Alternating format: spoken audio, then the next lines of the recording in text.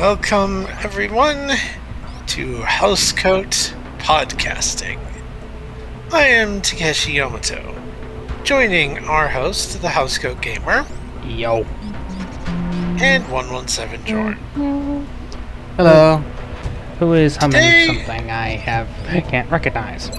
Yeah, today, It's Country Roads, West Virginia, Mountain Mama, take me I see. home. I see. Country Anyway, today, we are discussing XCOM. Hold on a second. Completely forgot about this. Stupid things. Anywho. Yeah. Today, we are discussing XCOM. Specifically, technology. The technology of XCOM itself. Might as well start with their weapon systems. Yep. And we get basic weapons. All rookies basically start off with the basic assault rifle. And it looks sort of modern-esque, but it doesn't have any real-world equivalent. It kind of does. It's a mix. It looks like it kind of looks like a mix between a Scar and an M4. In fact, it is strongly resembling the Scar, mostly everywhere forward of the buttstock. Right. And like the same thing we said for like the other weapons. I'll get to those weapons as we get to them. Yeah. Regardless, this is a result of XCOM 2's, creation. Remember, this game was released in, I believe it was 2012? Huh. Somewhere around there. And right around there was a bit of a love affair with the Fabrique Nationale Scar in military fiction. Right. Scar H, Scar L, didn't really matter. So long as it was the Scar. Yeah. And Which I believe is either Belgian or French. It Belgium. isn't. I was referring to the acronym. right. Which in this case I believe is more based on the Scar L, which is light, which means 762 NATO. That was a badass name. Yeah. Scar. Yeah, it's Because if you survive, you're gonna have some. Yeah. the acronym probably doesn't sound exactly great when actually spelled out in either Belgian or French. Right. I have no idea. Yeah. Anyway, we also have the standard sidearm pistol. You know, I think I'm starting to see a bit of a theme here. Actually, it's I just actually checked. The FN SCAR stands for Special Operations Forces Combat Assault Rifle. Huh. In either French or Belgian. No, it's in English. Pretty sure that's a backronym. Anywho. Again, I'm starting to see a bit of a theme here with Fabrique Nationale, because this looks an awful lot like a mix of an FN High Power and the FN 57. Huh. For those unfamiliar, the FN 57 is basically the guns you see in Battlestar Galactica Season 2 onward. Okay. The very kick-ass sidearms, minus the huge under-barrel launcher. Right. Let's see. Now, special reference here. Exalt uses what is essentially a Heckler & Koch G36. I believe it's a hybridization of the C and K models. I'm not a fan of the C model. Right. Though that's So mostly because of the carry handle. Yeah. Anyway. I'm a sucker for the... yeah. I am really much a sucker for things that look like the M418 Pulse rifle, which Right. the G36 looks like. Yep. Anyway, this snipers used sniper rifles. And in this case, it looks kind of like a hybridization of a...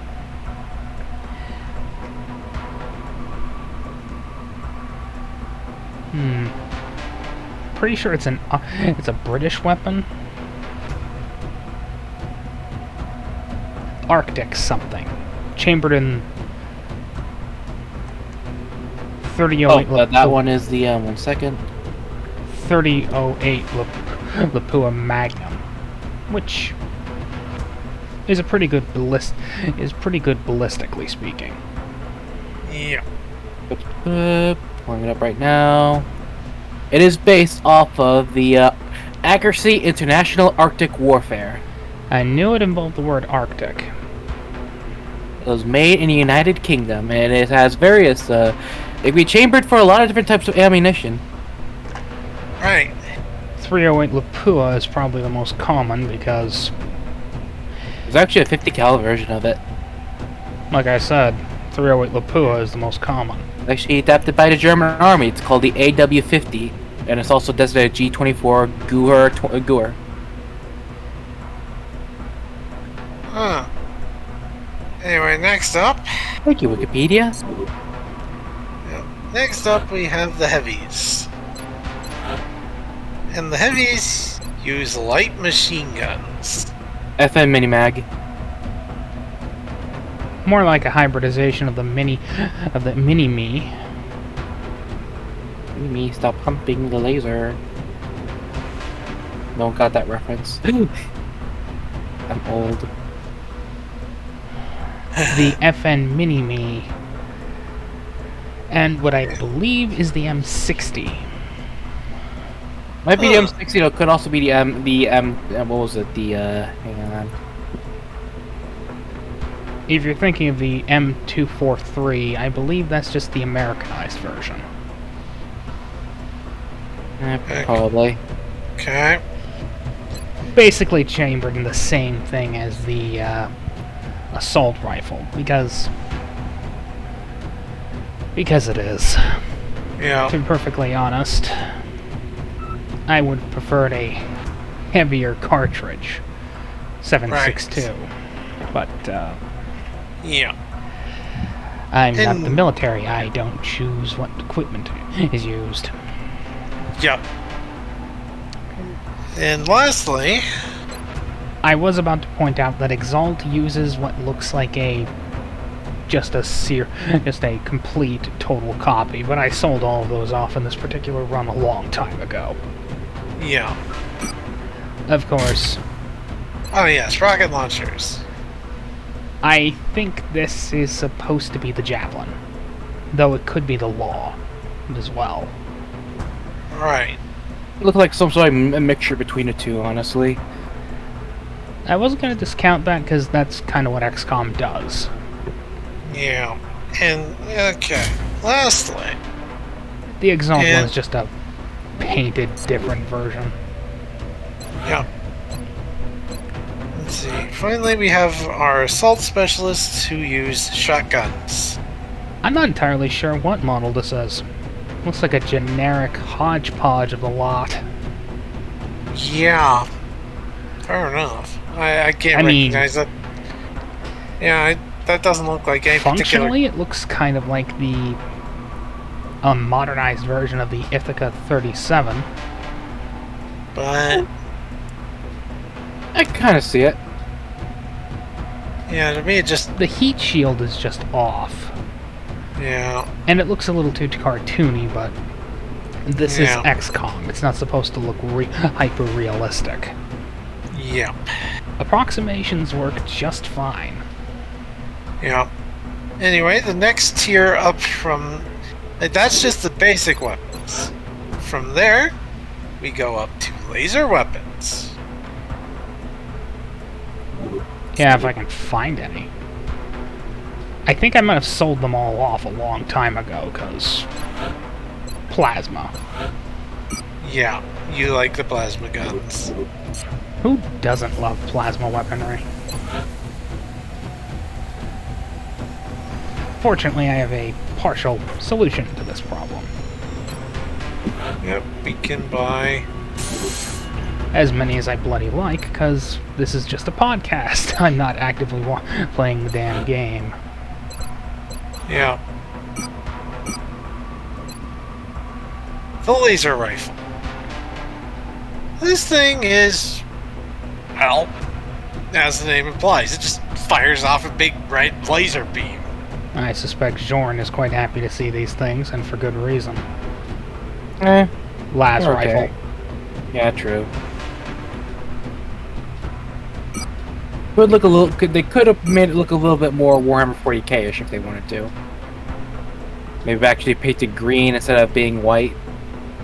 Fair Well, enough. the coloration can be changed. I just refuse to, because I don't see the point. Yeah. That, and we have our basic laser pistol. Same principle, just smaller. Yep. And a bit less damage.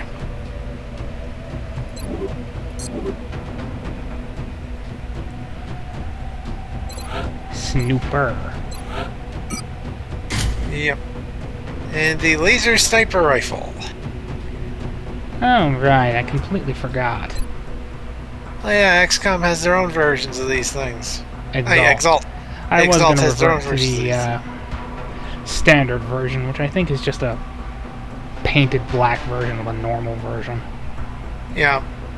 Regardless, same principle, just different form factor. Though Yeah. I'm not exactly a fan of it. Yeah. I think the barrel on this thing extends a bit before you fire it. Yeah, I find that kind of dumb. Yeah. The Exalt version of the laser sniper rifle definitely works a bit better. Yes, because the barrel is fixed. Yep. After all, the chamber is supposed to be fixed with a laser. Yeah. Screwing around with that is a dumb idea. Yeah. And the heavy laser... Is a goddamn Gatling gun. Yeah. Why isn't it working? What isn't working?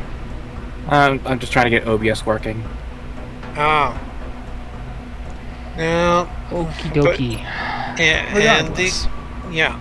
That thing's fun. The Exalt heavy laser... Single barrel, same thing. It's like they just ripped all the equipment off and just... To be frank, it actually makes sense. Yeah. A similar logic is used in Terminator. At least, Terminator Resistance. Right.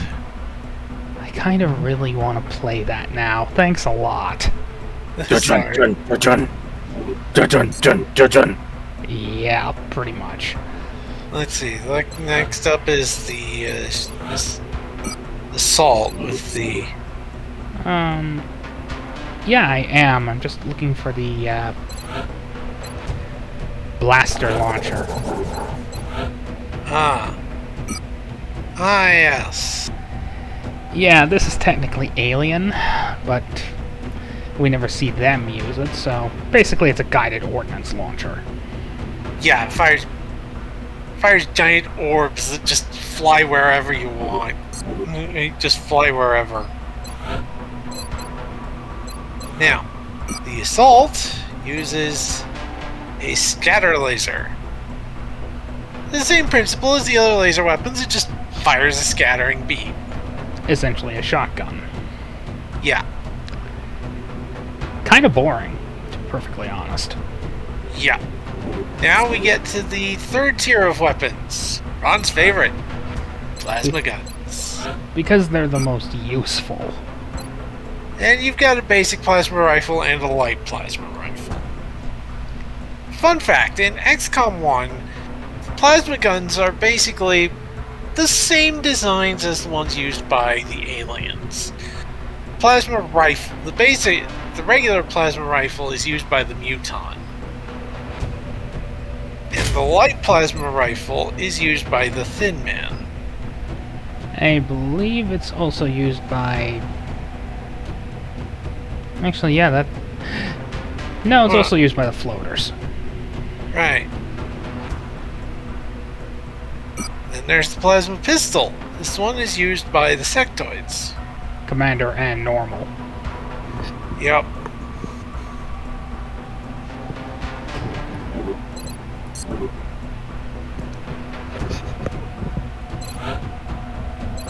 And let's see. Heavy plasma. I think that's used by the elite mutons. Indeed it is. As well as heavy floaters, I think. Right.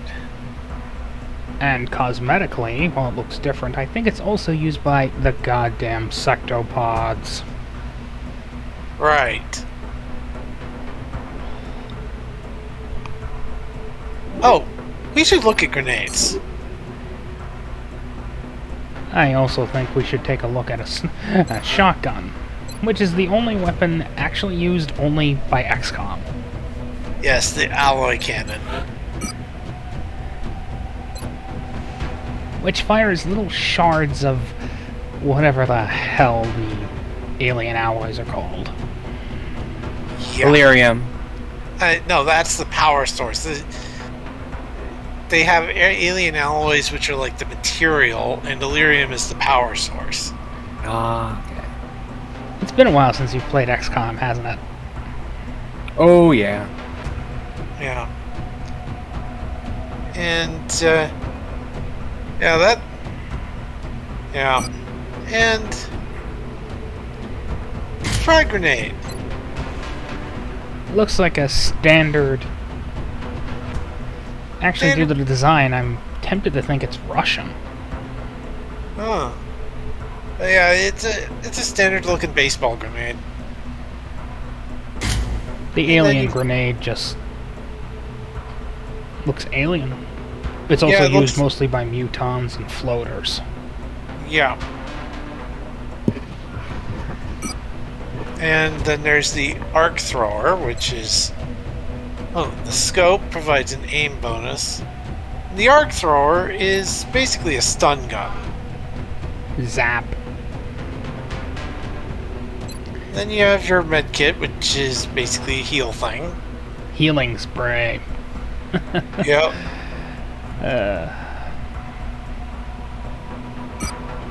And now we get to the armor.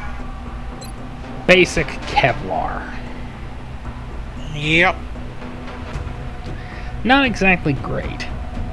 In fact, the UNSC would probably look at it and go, first day. Yeah. Useless against plasma weaponry. I know. Yeah. Next up is Carapace armor. Which is only marginally better. Yep. And finally, we have Titan armor. Then we got the Psi stuff, which is used by our volunteer down here to improve his psionic capabilities, which, to be perfectly honest, I believe are utterly worthless. Right. After all, they come so late in the game, why bother having them? Yeah, fair enough. Have them be an enemy-only thing and be done with it. Yeah. And then we have our mechs. The giant walker things. These come in two different... You've got your basic cybernetics, and you've got 3 different variants. The Mech 1, the Mech 2, and the Mech 3. The flamethrower stream will burn not only the clone our mech trooper targets, but will spill into nearby areas as well. Not much of an upgrade, to be perfectly honest. Yeah. The Electro Pulse module allows the mech troopers to disable nearby robotic enemies and electrocute organic ones.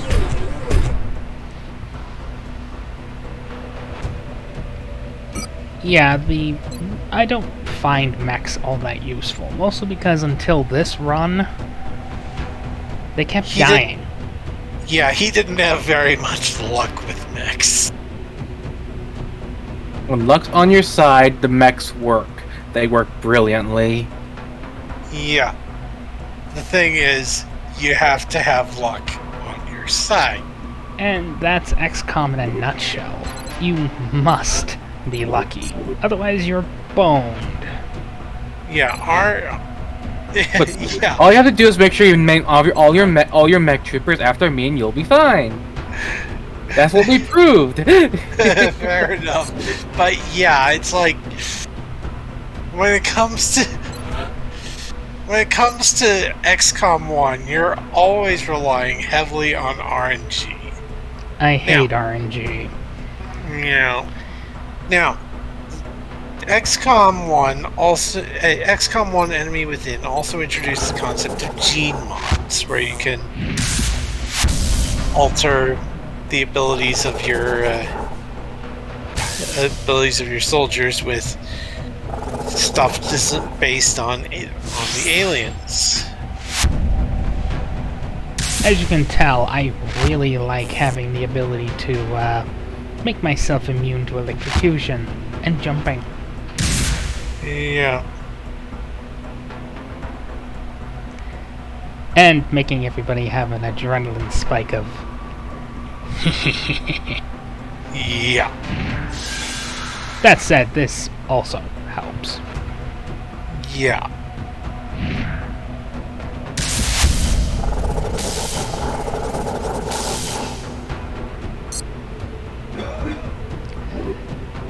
Of course, in certain locations, this would be illegal. Yeah.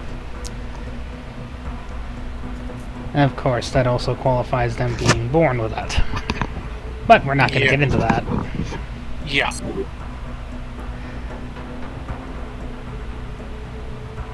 I suppose that's the unfortunate part. The unfortunate truth is, we really don't have much to do. Hangar. You can discuss... Alright. Yeah. That's the Firestorm. And here we have the Raven, the Interceptor. This is basically the standard attack fighter of it that XCOM starts off with. I hate it. I really hate it. It doesn't look that bad. I can't tell any specific origin for it, but it doesn't look too bad. Oh, believe me, any aeronautical engineer will tell you they hate this thing, and they hate it so much. It kind of looks like the SU-47. Yeah, as much influence as the Burkut can give. I'm just gonna be blunt. It's mostly just the engine layout. Right. You see, tilt wings, not very good. Right. They're a structural weakness. They really can't go past a certain speed. Yeah. Now, in terms of weapons, they all start with avalanche missiles.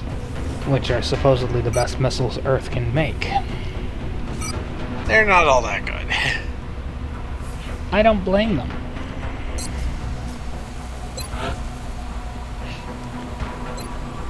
Now, let's see, Phoenix Cannon, I think, is the next upgrade, and that's basically just sort of a plain mounted. Yeah, it's a gun. Then you get laser cannons. Same principle as laser weaponry, just vehicle-sized. Plasma cannons. EMP cannons. Higher chance of disabling the ship, Yeah. And the fusion lance. which can only be mounted to the Firestorm. And can basically take down something in 2 or 3 shots. Yep. Speaking of the Firestorm, let's look at that in the hangar.